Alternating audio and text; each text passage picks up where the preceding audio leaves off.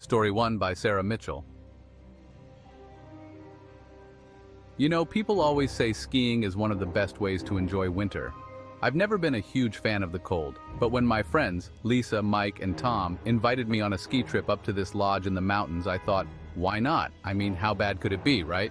Fresh snow, a cozy cabin, and some quality time with friends. It sounded perfect. We arrived at the lodge just after dark. The drive up was already a bit nerve-wracking. Winding roads, icy patches, and no cell service once we got into the more remote areas. I tried to shrug it off, though. It's just part of the adventure, I told myself. But there was this nagging feeling in my gut, like something was off. The lodge was nice, but it felt old. The kind of place that probably saw its peak in the 80s. Wood-paneled walls, faded rugs, and a fireplace that crackled in a way that wasn't comforting. It felt more like a warning. Still, we were in good spirits.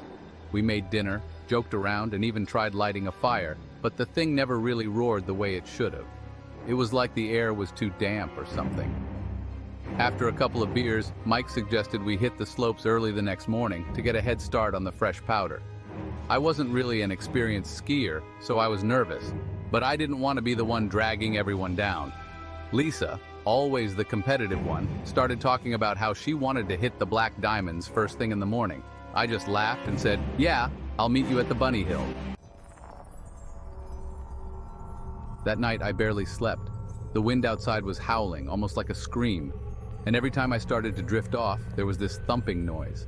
At first I thought it was just the wind rattling the window shutters, but it was too rhythmic, like footsteps. But that didn't make any sense, right? We were miles away from anyone else, no other lodges or cabins nearby. So I tried to ignore it.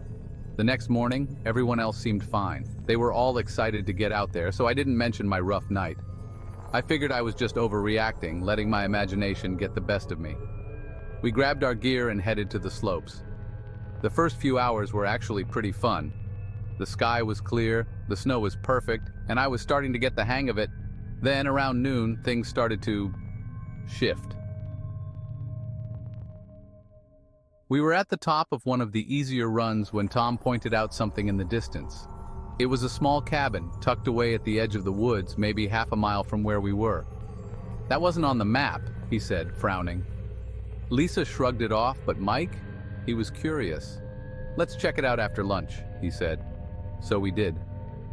We skied down to it, and as we got closer, I felt that same unease I had the night before. The cabin looked abandoned, windows cracked, door slightly ajar, but there were fresh footprints leading inside. I don't know why, but I felt my stomach drop. We should leave this alone, I said, but Mike was already halfway to the door. Come on, it's probably just some old ranger station or something, he said, pushing the door open. Inside, it was worse. It smelled damp, like mildew, but there was something else too, like rot. There were old blankets piled in one corner and a half-burned-out candle on a table in the middle. But the thing that really caught my attention? The walls. There were these scratches. Deep, jagged marks like someone or something had been clawing at the wood. I could feel my heart pounding in my chest. Lisa looked at me, her face pale, and for the first time since we got there, I knew she felt it too. Something was wrong. Mike was still wandering around the place, picking up random things, not taking any of it seriously. Look at this, he laughed, holding up an old snowshoe. But before I could tell him to put it down, we heard it, a creaking sound coming from the loft above us. We all froze. That could be an animal, Tom whispered, his eyes darting to the stairs. I wanted to believe him, but something about the noise made me uneasy. It wasn't constant, just an occasional creak, followed by a slight scuffling, like something or someone was moving up there. We decided to leave, but just as we were about to step outside, the door slammed shut, hard. I jumped and Lisa screamed, but Mike immediately moved to open it again. Relax, it's just the wind, he said, struggling with the rusty hinge. He was right. The wind had picked up and there was a strong gust blowing through the trees. Still, my nerves were shot. I wanted to get out of there fast. We bolted from the cabin and didn't stop until we were halfway back to the lodge, and even then, we didn't say a word. What could we say? That we'd just been inside some creepy abandoned cabin and there were noises and scratches on the walls. Who would believe that? Back at the lodge, we all tried to act like it hadn't happened, but the mood had changed. No more jokes, no more laughter, just tension. Mike tried to laugh it off, but even he couldn't shake the feeling. That night, I heard the thumping again. Only this time, it was closer, inside the lodge. I didn't sleep. None of us did. The next morning, we packed up and left early. No one said it out loud, but we all felt it. We had overstayed our welcome. On the way back down the mountain, I kept thinking about the footprints in the cabin and those scratches on the walls. Who or what had made them?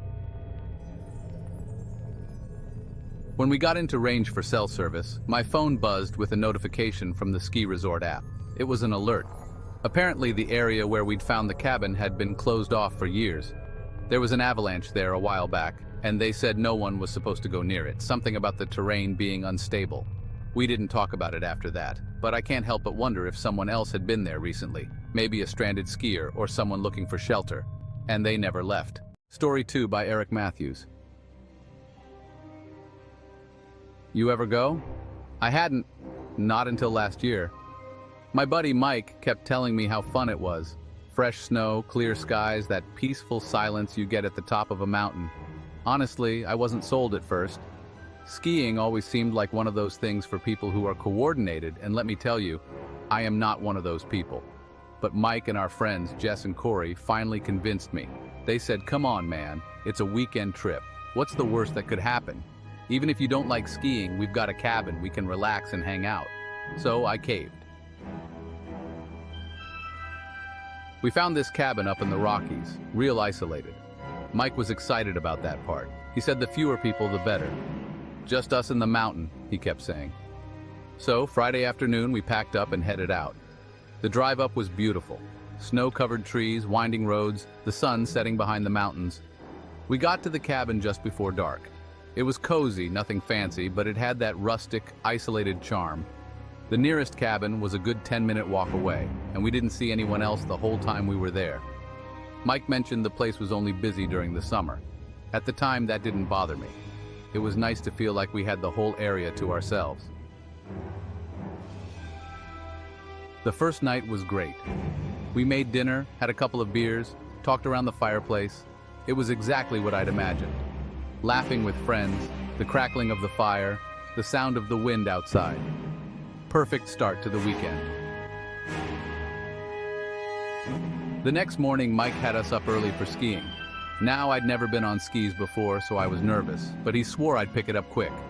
The resort was bigger than I expected, with people everywhere. Families, snowboarders, skiers who clearly knew what they were doing. Mike, Jess, and Corey were all more experienced, so they took off while I stuck to the beginner slopes to figure things out. At first, I was doing okay. Nothing graceful, but I wasn't falling every 10 feet. But as I got further from the main lodge, that's when I started noticing something odd. You know that feeling when you realize you're alone, even if there are people nearby? Like suddenly everything feels quieter, more distant. That's how it felt. I'd be skiing along and all of a sudden I'd look around and realize I hadn't seen anyone in a while.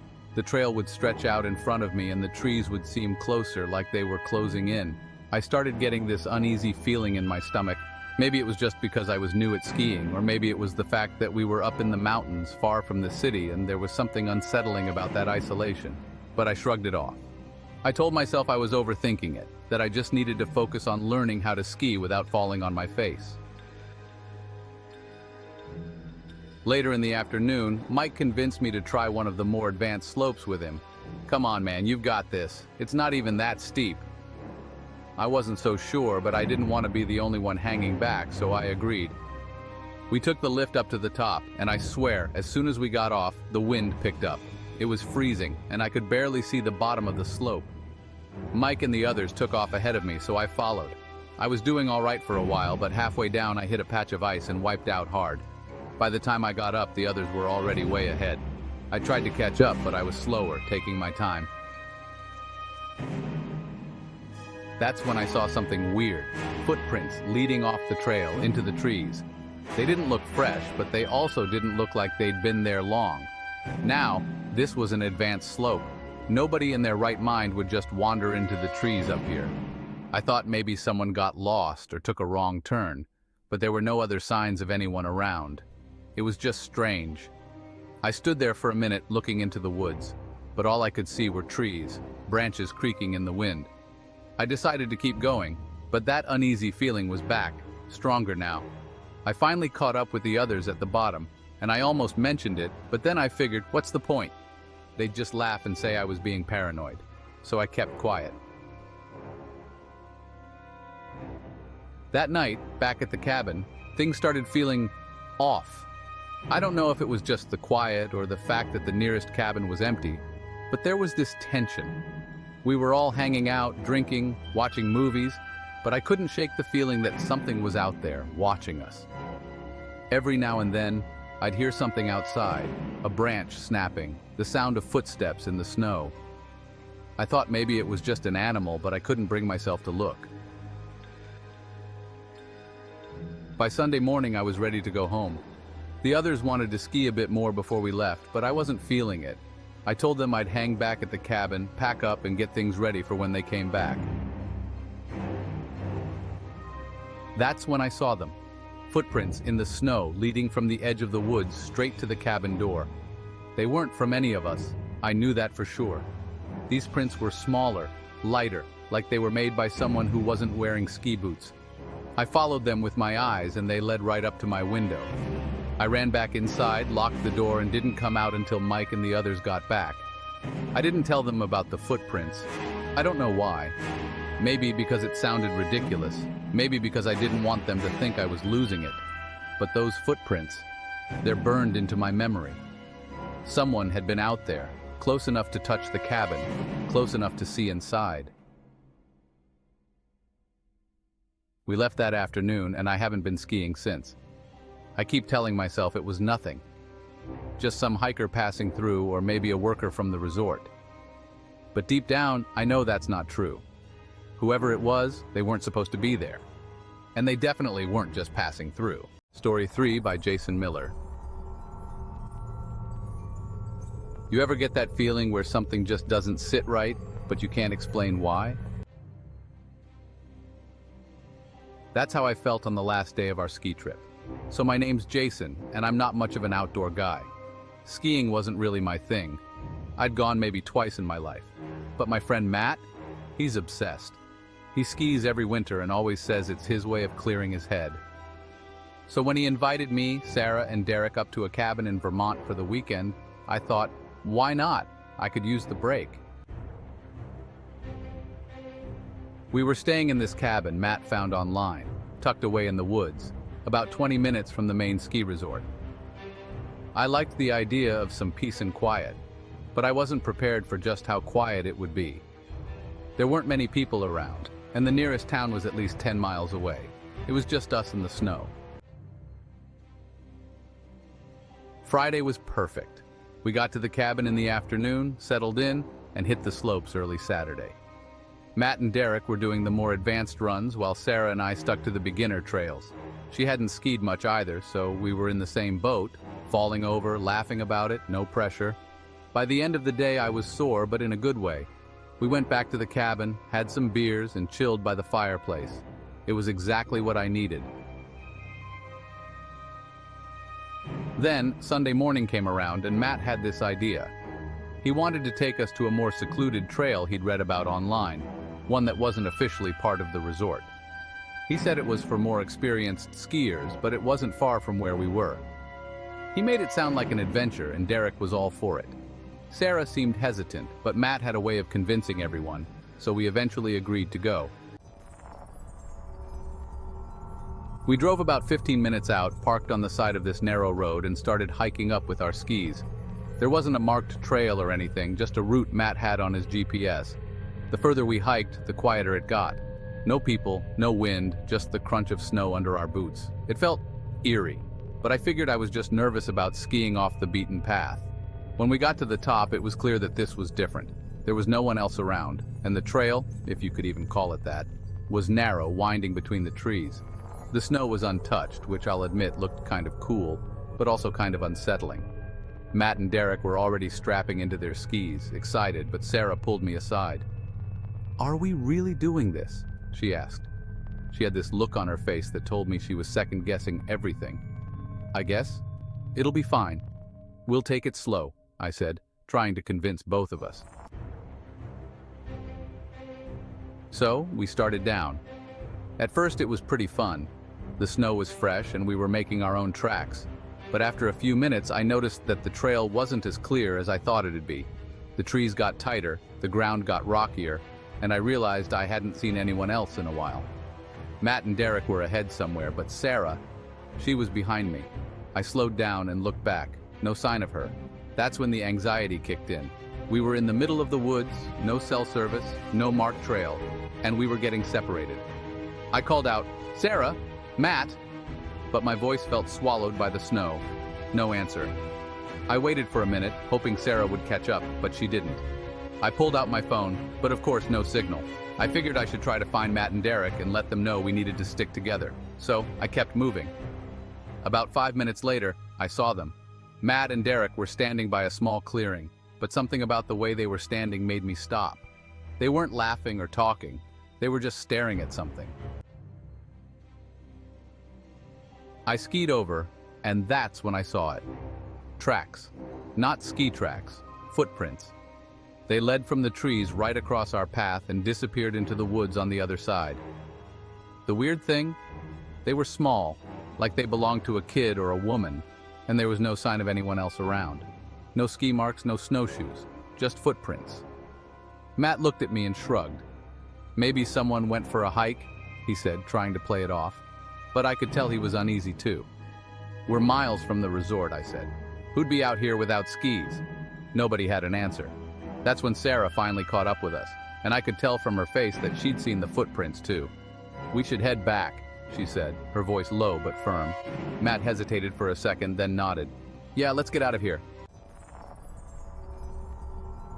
We turned around and started heading back up the trail, but it wasn't as easy as we thought. The way back was steeper than we remembered, and it was starting to get dark. We hadn't been skiing that long, but the shadows in the woods were growing, making everything look unfamiliar. Then Derek, who'd been in the back, suddenly shouted, "Hey, stop!" We all turned around, and there they were again, more footprints. These were fresh. They were small, just like the others, and they crossed our path again, leading back into the trees. No one said anything for a moment. We just stood there, staring at the tracks. "Someone's following us," Sarah whispered. I didn't want to believe it, but she was right. The prints were fresh, and they hadn't been there a minute ago. We were being watched, maybe even followed, and whoever it was, they weren't showing themselves. At that point, none of us were interested in figuring out who or why.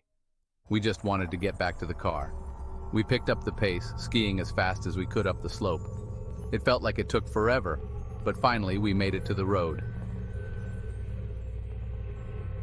We didn't talk much after that. We just threw our skis in the car and drove back to the cabin in silence. That night, I couldn't sleep. Every sound outside felt like footsteps. Every shadow felt like it was creeping closer. We left early the next morning, and I haven't gone skiing since. I still don't know who made those footprints or why they were out there. Maybe it was someone messing with us, or maybe it was just some hiker we never saw. But the feeling I got that day, the feeling of being watched, being followed, it stuck with me. And that's why I'll never go skiing off trail again.